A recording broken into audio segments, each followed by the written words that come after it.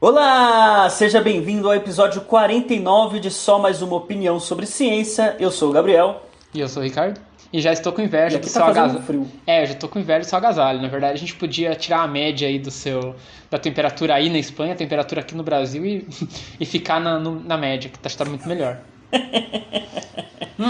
Pois é. Se bem que, justiça seja feita agora em Tinguetaí, Brasil, não tá tão calor agora. Agora tá até ventando, como dá pra ver aqui pra minha cortina, né? Vai chover. Vai chover. Aqui choveu algumas vezes, muito mais do que o normal, que costuma chover, porque aqui é uma cidade seca pra caramba. É mesmo? Mas, sim. Eu não sabia. Mas deixemos... Oi? Eu não sabia. Amenidades à parte, eu sei muito pouco sobre o clima da Espanha. Aqui é cultura. Madrid, não, é a região de Madrid. Você tem muito pouca umidade. É exatamente no meio ali. Basicamente, é exatamente no meio da Península Ibérica. Ibérica, né? Tanto é que tem o ponto zero ali na Praça del Sol, que é basicamente o ponto central ali de tudo. Uhum. E sim, é muito seco. Quase nunca chove. Eu não sabia, não. Assim, eu conheço muito pouco do clima brasileiro, muito menos do clima espanhol. Mas bom, antes da gente entrar nas notícias e parando um pouco de trazer aqui cultura, vamos fazer a nossa propaganda, vamos vender o nosso jabá, vamos chamar nossa vinheta. Bora! O nosso momento jabá, o nosso jabá bonito, o nosso jabá gostoso. Vamos vender o nosso jabá para o nosso jabá. Nós somos originalmente um podcast, só mais um podcast sobre ciência, onde sempre trazemos alguém para falar sobre ciência e divulgação científica. O podcast ele é hospedado no Anchor, mas você também pode nos encontrar no Spotify, no Google Podcast, Apple Podcast ou no seu agregador de podcasts favorito. Você pode entrar em contato com a gente pelas nossas redes sociais. Nós estamos no Facebook, onde a gente tem uma página e um grupo, então é só procurar por Só Mais Um Podcast sobre Ciência, ou no Instagram, onde é só procurar por @sm1psc. Você encontra os links na descrição. Nós estamos também no YouTube, onde temos um quadro semanal, o Só Mais Uma Opinião sobre Ciência. Então se inscreva no canal se você ainda não é inscrito, ative o sininho para receber as notificações, dê like se você gostou do vídeo, dislike se você não gostou do vídeo e interaja com a gente na parte dos comentários.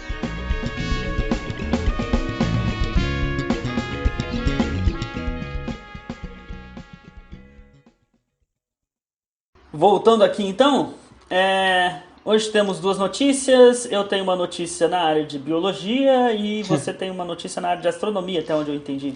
Isso, é uma notícia boa porque tá rolando nesse momento, né, o Congresso Brasileiro de Dinâmica Orbital, o CVDO, que é o congresso brasileiro mais importante da nossa área, né, da área de dinâmica orbital, planetologia, mecânica celeste. É um encontro que acontece a cada 2 anos, né, sempre em anos pares, se não me engano.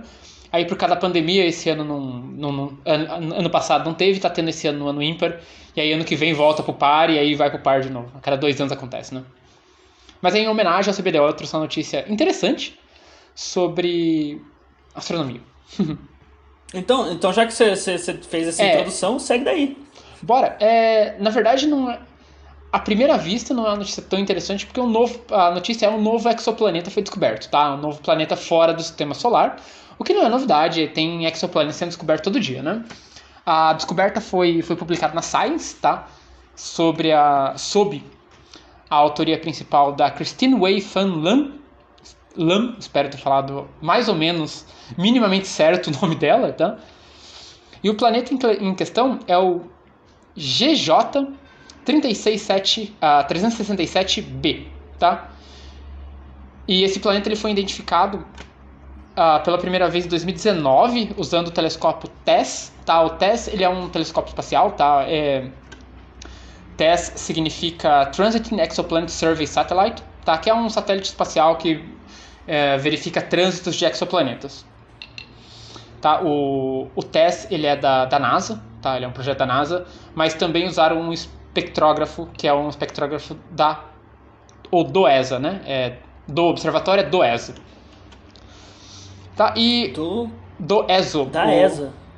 ESO. Ah, do ESO. ESO. Eu fiquei procurando o artigo certo, porque eu queria saber se ESO, né, que é de... ESO é de observatório, então é masculino, então tem que ser o ESO. Sim, sim. Tá? E agora, por que eu trouxe essa notícia, já que exoplaneta é descoberto o tempo todo, né? Porque o GJ-367b, ele tem apenas 0,72 vezes o raio da Terra e apenas 0,55 vezes a massa terrestre. E por que isso é interessante? A maioria dos exoplanetas descobertos, hoje a gente tem o que a gente chama de bias, né? Que é uma preferência, vamos dizer assim, pela descoberta ou pela detecção de exoplanetas muito massivos, tipo Júpiter, porque são mais fáceis, porque são muito grandes, tá? Então, exoplanetas tão pequenos quanto esse, em geral, não são descobertos, tá? Ou não são detectados. É mais legal ainda, porque esse exoplaneta ele é um exoplaneta de ultra curto período, tá? Curto período são aqueles que estão muito próximos da estrela e são muito rápidos, né? Esse não, ele tem um período ultra curto. O que significa esse ultra curto, tá? Significa que ele gira em torno da estrela dele a cada 7,7 horas. Tá? Então, ele está muito rápido. E está, obviamente, né, muito próximo da sua estrela. Apesar dele ser bem pequeno, esse exoplaneta não é o menor exoplaneta já descoberto. Você sabe qual é o exoplaneta o menor já descoberto? Ou que se tem registro? Eu pensava que esse era o menor. Não, menor em tamanho mesmo. O exoplaneta menor em tamanho, pelo menos previsto, né, porque existe uma barra de erro relacionada a ele, é o Kepler-37b. O Kepler-37b, cara, ele tem algumas medidas muito pouco superiores às medidas da Lua. Ele é quase 1/3, né, do tamanho da Terra. Ele é muito pequenininho. Caramba, mas e como consegue medir isso?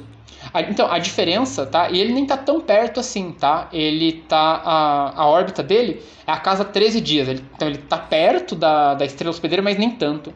Ele é o exoplaneta mais perto, já descoberto. Foi descoberto em 2013 ainda. Então, não é tão novo, não. Tá, mas ele não é de ultra curto período, tá? Isso é só um parênteses aí pro Kepler-37b. Cara, exoplaneta é um negócio muito legal de estudar, tá? Assim, só de você ir procurando as configurações, né? Isso pro telespectador de casa. Você procura uns mundos diferentes, é tudo muito legal, tá? Então, voltando pro GJ-367b. Então, eu falei, né? Ele tem um pouco mais de 0,7 o raio da Terra, um pouco mais de 0,5 a massa da Terra. Com esses parâmetros, a gente consegue calcular o que, Gabriel? Se a gente tem o raio e tem a massa. Se tem o raio e a massa, a gente pode calcular a densidade. A gente pode calcular a densidade, né? A densidade calculada desse corpo é de cerca de 8,1 gramas por centímetro cúbico. Então ele é um pouquinho mais... 8,1 gramas por centímetro cúbico. Mais leve que a água. Ele é um pouco mais denso que o ferro, cara. Não, peraí. Qual que é a unidade? Gramas por centímetro cúbico. Ele tem 8,1, não é 0,8. Não, 8,1 gramas por centímetro cúbico. 8,1? É. Caraca, mano. Ele é um pouco mais denso que o ferro. Tá? Os modelos que foram feitos para ele, os modelos computacionais, né, que foram feitos para a estrutura desse planeta, indicam que ele é 86% dele seria um núcleo de ferro, e só o que sobra vai ser uma superfície bem pequenininha de rocha. Então o planeta é basicamente um núcleo enorme de ferro com uma lasquinha de rocha ao redor dele. Tá? Caramba. Pra você ter noção, tá? O Mercúrio, nosso planeta Mercúrio, o planeta Mercúrio aqui no nosso sistema solar, ele tem um núcleo também bastante grande, tá? Então não é tão surpreendente assim. Mas legal. Sim, Mas legal, guarda essa informação que 86% do núcleo dele é de ferro, porque daqui a pouquinho vem uma informação bem legal. Por essa composição, tá? Por esse núcleo muito grande e por ele estar muito próximo da estrela, os cientistas esperam que ele tenha sido, que esse planeta tenha surgido do resultado de um impacto grande com outro planeta que destruiu parte da camada externa desse corpo. Então ele seria um planeta talvez maior, com outras camadas. Ele sofreria um impacto, tá? E esse impacto teria destruído parte dele, teria ficado ali só o núcleo e só essa camada. que por acaso também é uma das possíveis teorias para Mercúrio, né? Então tem bastante similaridades aí. Inclusive, para o caso, né, do GJ367, uma das teorias é que ele poderia ter sido um planeta gigante gasoso. E aí, por ele estar muito próximo da estrela, a atmosfera dele foi destruída, né? Foi lançada aí pela radiação da própria estrela. Sobraria só o núcleo mesmo, entendeu?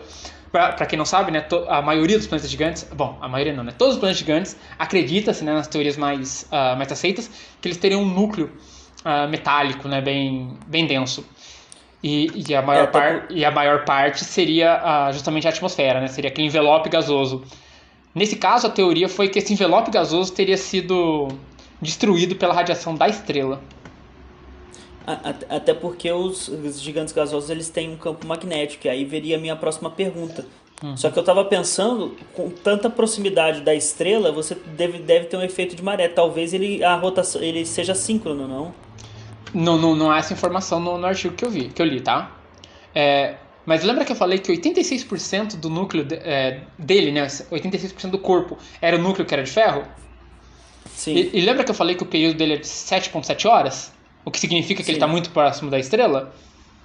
Cara, esse corpo está tão próximo, mas tão próximo da estrela, que a Christine Land espera que esse corpo, a temperatura nesse corpo seja de 1.400 graus Celsius.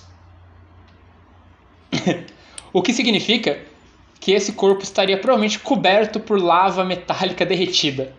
Ele seria ele seria aquele núcleo de ferro e na cobertura dele você teria só lava de ferro derretido, né? Lava metálica. Nossa, que convidativo. Pra quem quer uma semelhança, mais ou menos, né? Não é bem essa semelhança, não. Dá uma olhada no satélite Io, né? Do sistema de Júpiter. Io tem um problema bastante semelhante, né? Porque Io está muito próximo de Júpiter e ele é muito quente. É um mundo vulcânico, né? Tem só vulcões lá em Io explodindo o tempo todo. Então, nesse caso é um pouco diferente porque seria ainda mais quente, né? E essa notícia não tem muito assim não, mas é só legal porque é um planeta muito pequeno, com a composição que a gente tem uma boa ideia, só que ele está nesses períodos ultra curtos, né? Ele seria o primeiro dessa classe dos ultra curtos, de período ultra curto, era muito próximo. Mas é bom lembrar que ele não é o menor dos exoplanetas, é só o que está...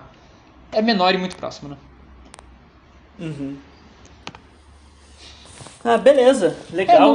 Legal. Não tem muito o que falar porque é bem direto a notícia, é só muito legal, é só muito curioso, né? É só mais um exoplaneta muito curioso. Sim. Bom, mas é sempre interessante, principalmente interessante porque normalmente é como se a gente estivesse sempre olhando de muito longe com um binóculo para uma savana, sei lá, e a gente conseguisse identificar um monte de elefantes e agora a gente consegue achar um ratinho bem escondido. Então, tipo... Fale? Não, era isso, eu concordo com você, é isso mesmo. Então, é bem interessante. Se a gente quer procurar um planeta com características da Terra, por exemplo, a gente precisa identificar mais planetas pequenos, porque como esse, ou porque isso já é uma dimensão próxima da Terra, né? Mas são casos um pouco especiais quando acontece isso, né? Uhum. Só pra dar mais informação, tá? Outros exoplanetas pequenos também já foram encontrados, tá?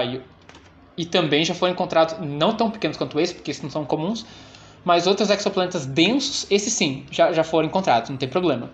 A gente tem ali os casos das superterras, né? Ou subterras.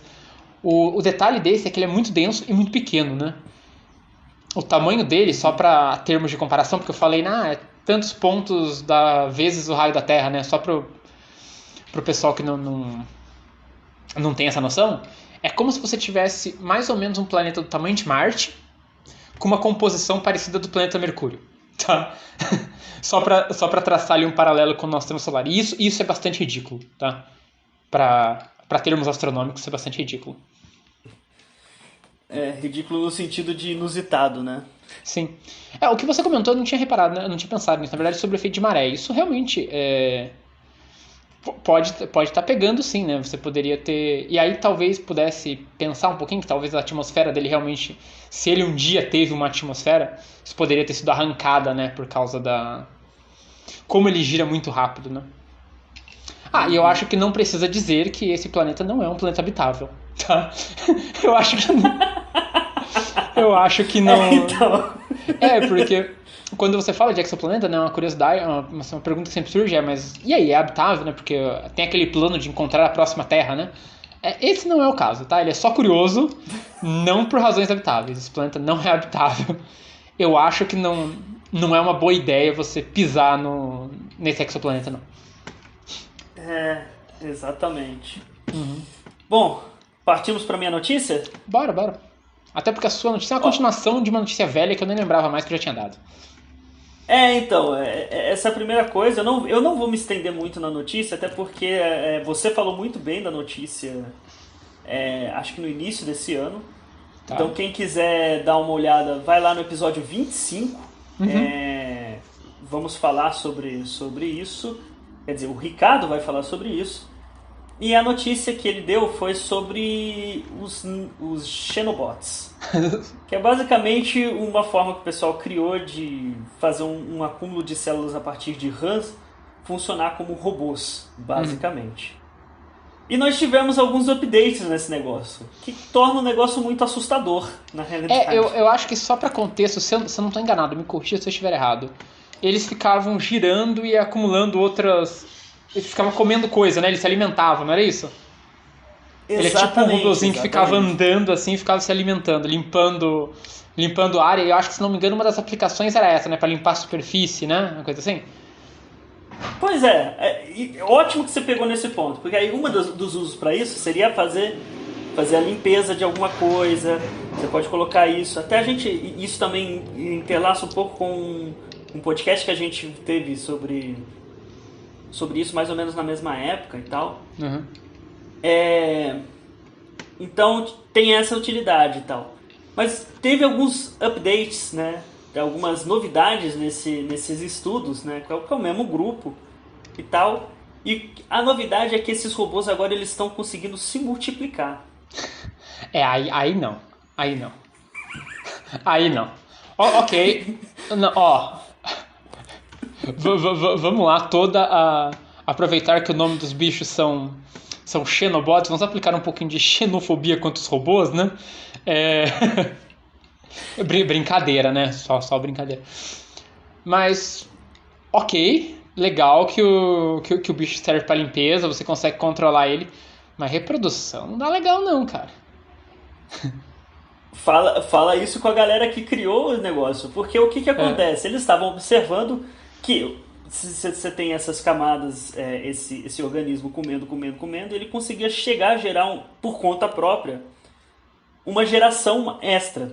E, eventualmente, morria. Com esse tipo de organismo sempre morre relativamente rápido e tal, né? E aí, através de uma inteligência artificial... Olha como as coisas estão interligadas, né? E através de uma inteligência artificial, eles conseguiram encontrar as formas mais eficientes, os formatos mais eficientes para criar esse robô. Então não seria mais... Tipo, eles criavam uma esferinha e aí teria que modificar. Tanto é que a descrição é que é como se criassem uma boquinha nele. Tanto que das formas que eles chamam de Pac-Man, sabe? Que legal. Criativo né? Criativo ele é. Eu diria que nem criativo o negócio tá ali já pronto, né? Uma esferinha com uma boca.